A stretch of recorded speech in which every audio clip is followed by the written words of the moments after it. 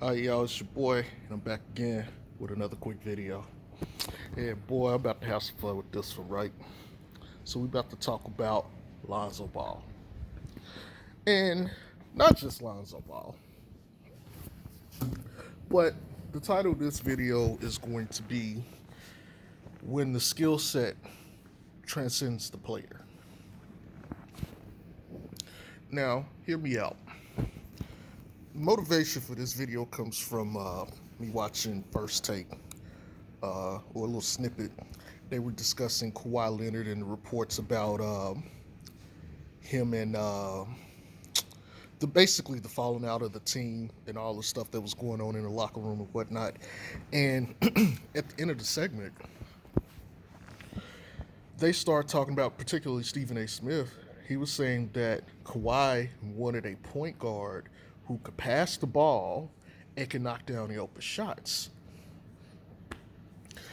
And Beverly was too small, and that's not really what he does. And even though Lou Williams can score, he really don't do anything else. He don't pass the ball.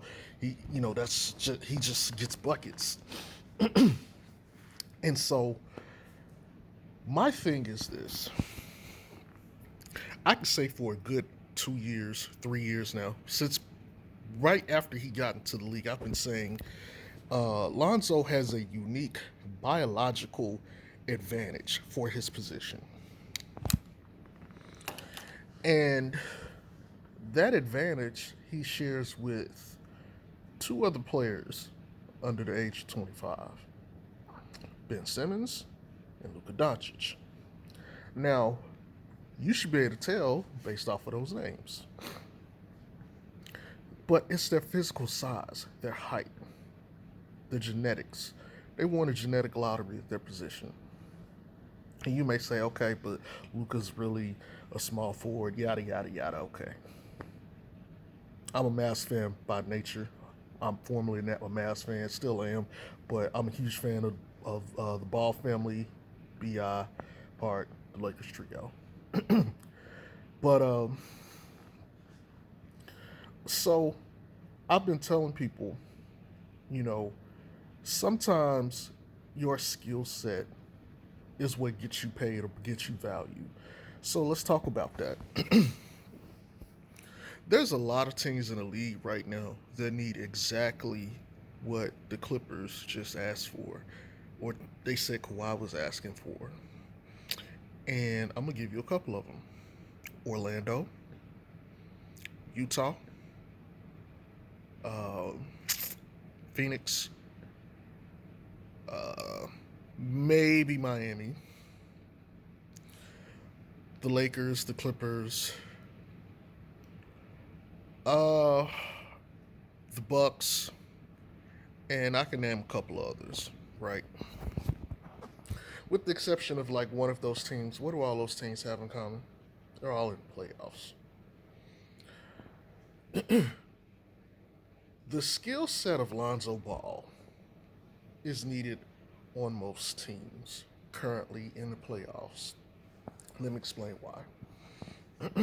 Most of the teams I mentioned, they're solidified in every other area of the game as far as their offensive stuff is concerned. They have their duo or their core of offensive threat and talent. Usually they're wings or bigs, but a lot of them suffer from the fact that they need a player who can glue it all together. And Lonzo is that guy. And it's not, let me say this, it's not so much that he's the guy, it's he's the guy with the skill set. Let me put it that way. Because a lot of those things you could probably put Ben Simmons in and make it work. But it's the skill set, really. They're not looking for a player, they're looking for a skill set.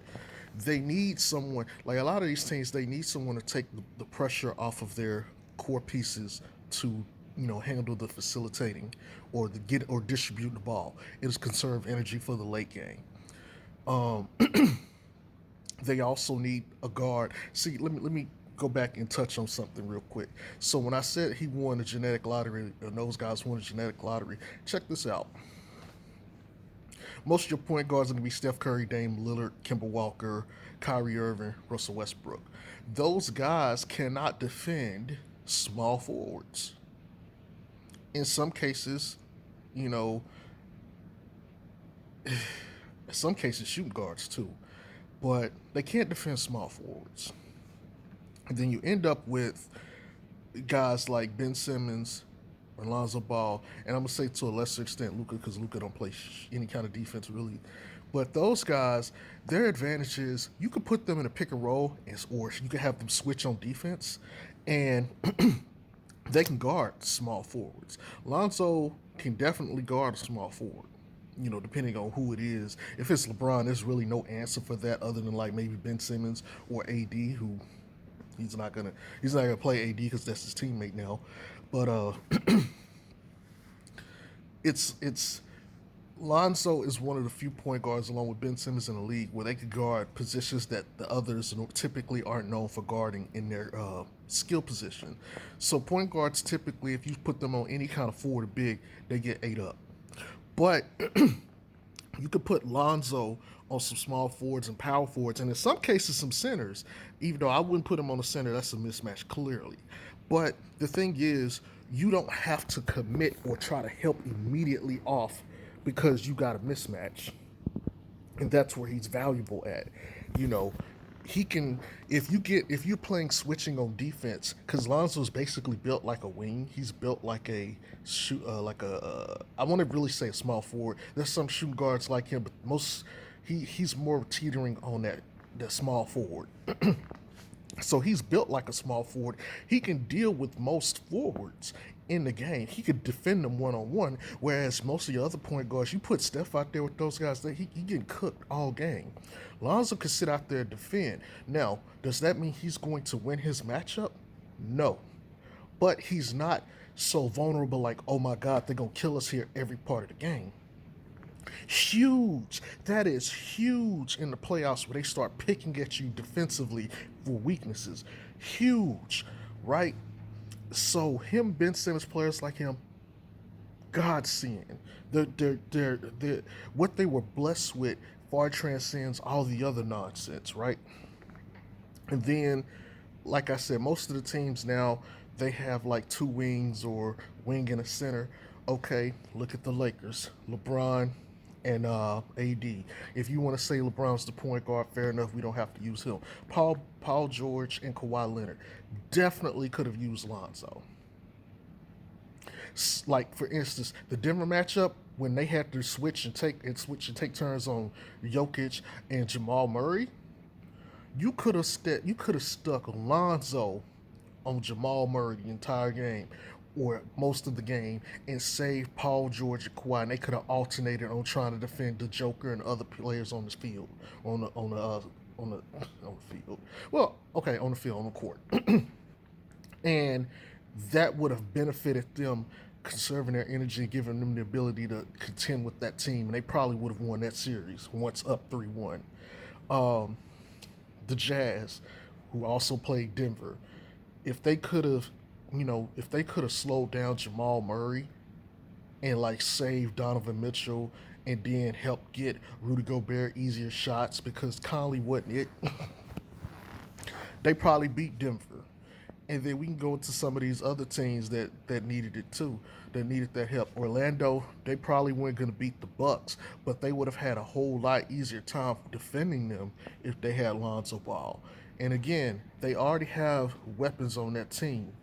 Bamba, Isaac, even though he got hurt, Vujovic, you know, being able to facilitate and take that pressure off of some of these guys. Gordon, being able to take that pressure off a lot of these guys and get them in their sets and stuff, a godsend. Then he like Lonzo could go out there and get rebounds for you.